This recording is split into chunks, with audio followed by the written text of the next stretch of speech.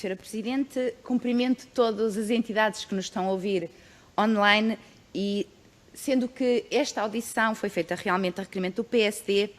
tendo em conta que, de acordo com dados recentemente divulgados, a rescisão de contratos de grávidas e pais com licença parental aumentou em 20% na pandemia, a rescisão de contratos de grávidas e de pais em gozo de licença parental cresceu 20% em 2020, face a 2019, tendo em abril, no segundo mês de pandemia, registrado um crescimento de 124%, de acordo com as declarações da Presidente da CIT, aliás, num debate organizado precisamente nesta subcomissão. Integrado no ciclo de debates que aqui foram feitas no impacto da Covid-19 e as desigualdades. Na altura, a Presidente da CIT, Comissão da Igualdade no Trabalho e Emprego, Carla Tavares, referiu que à CIT têm chegado sinais preocupantes de não cumprimento de legislação laboral, seja por reporte dos sindicatos, seja por queixas de trabalhadores. Citação.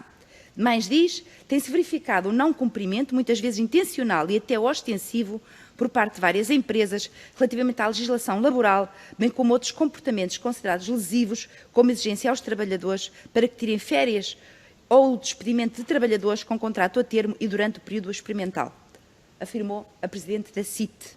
E sublinhou ainda que, no que diz respeito a rescisões de contratos a termo, o crescimento de casos entre grávidas e pauperas e lactantes e pais em gozo de licença parental.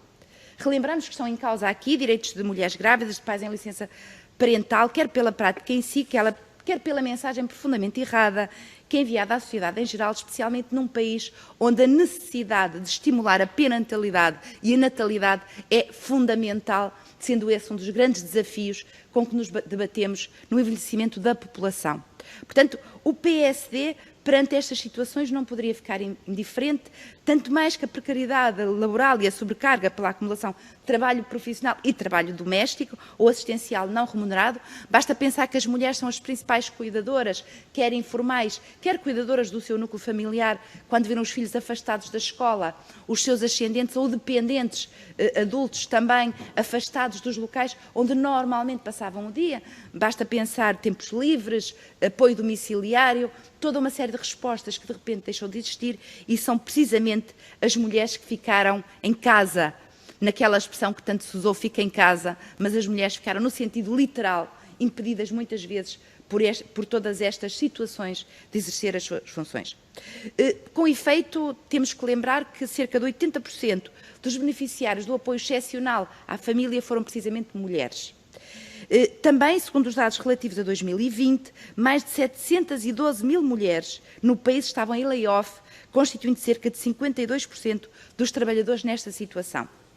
Sendo que também, de acordo com o estudo do FMI, Covid-19 Gender Gap, mais mulheres do que homens trabalham no chamado setor informal, sendo mais diretamente afetadas pela pandemia em termos de rendimentos. Por outro lado, as mulheres também tendem a assumir as tarefas domésticas e não remuneradas mais do que os homens.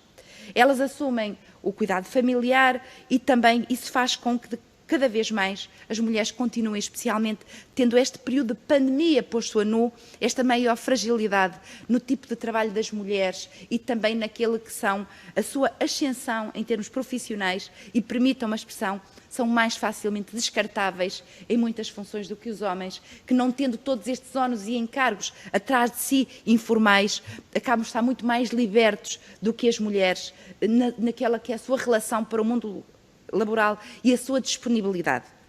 É verdade que um longo caminho foi feito, mas a Covid, se há coisa que fez, foi pôr a nu ainda esta maior fragilidade das mulheres perante os homens no mercado laboral. E para nós é fundamental hoje que temos a oportunidade de ouvir as diversas entidades ligadas aos setores, quer do lado do trabalho, quer do lado das entidades patronais, representativas de ambos os espectros do mundo laboral, para que realmente se possa aferir quais foram os impactos nas desigualdades e especialmente os impactos de género e também era importante para nós hoje ter aqui a Presidente da CIT, que nos foi informado que não estaria, o que muito lamentamos, tendo ela dado asa a todas estas questões e poderia naturalmente vir-nos confirmar ou infirmar aquilo que ela própria aqui afirmou nesta casa, mas não atendo e deixando este lamento que não podemos passar em frente. Será muito importante para o Grupo Parlamentar do PSD ouvir as restantes entidades para que possamos ter realmente aqui um retrato fiel do que aconteceu neste período de pandemia,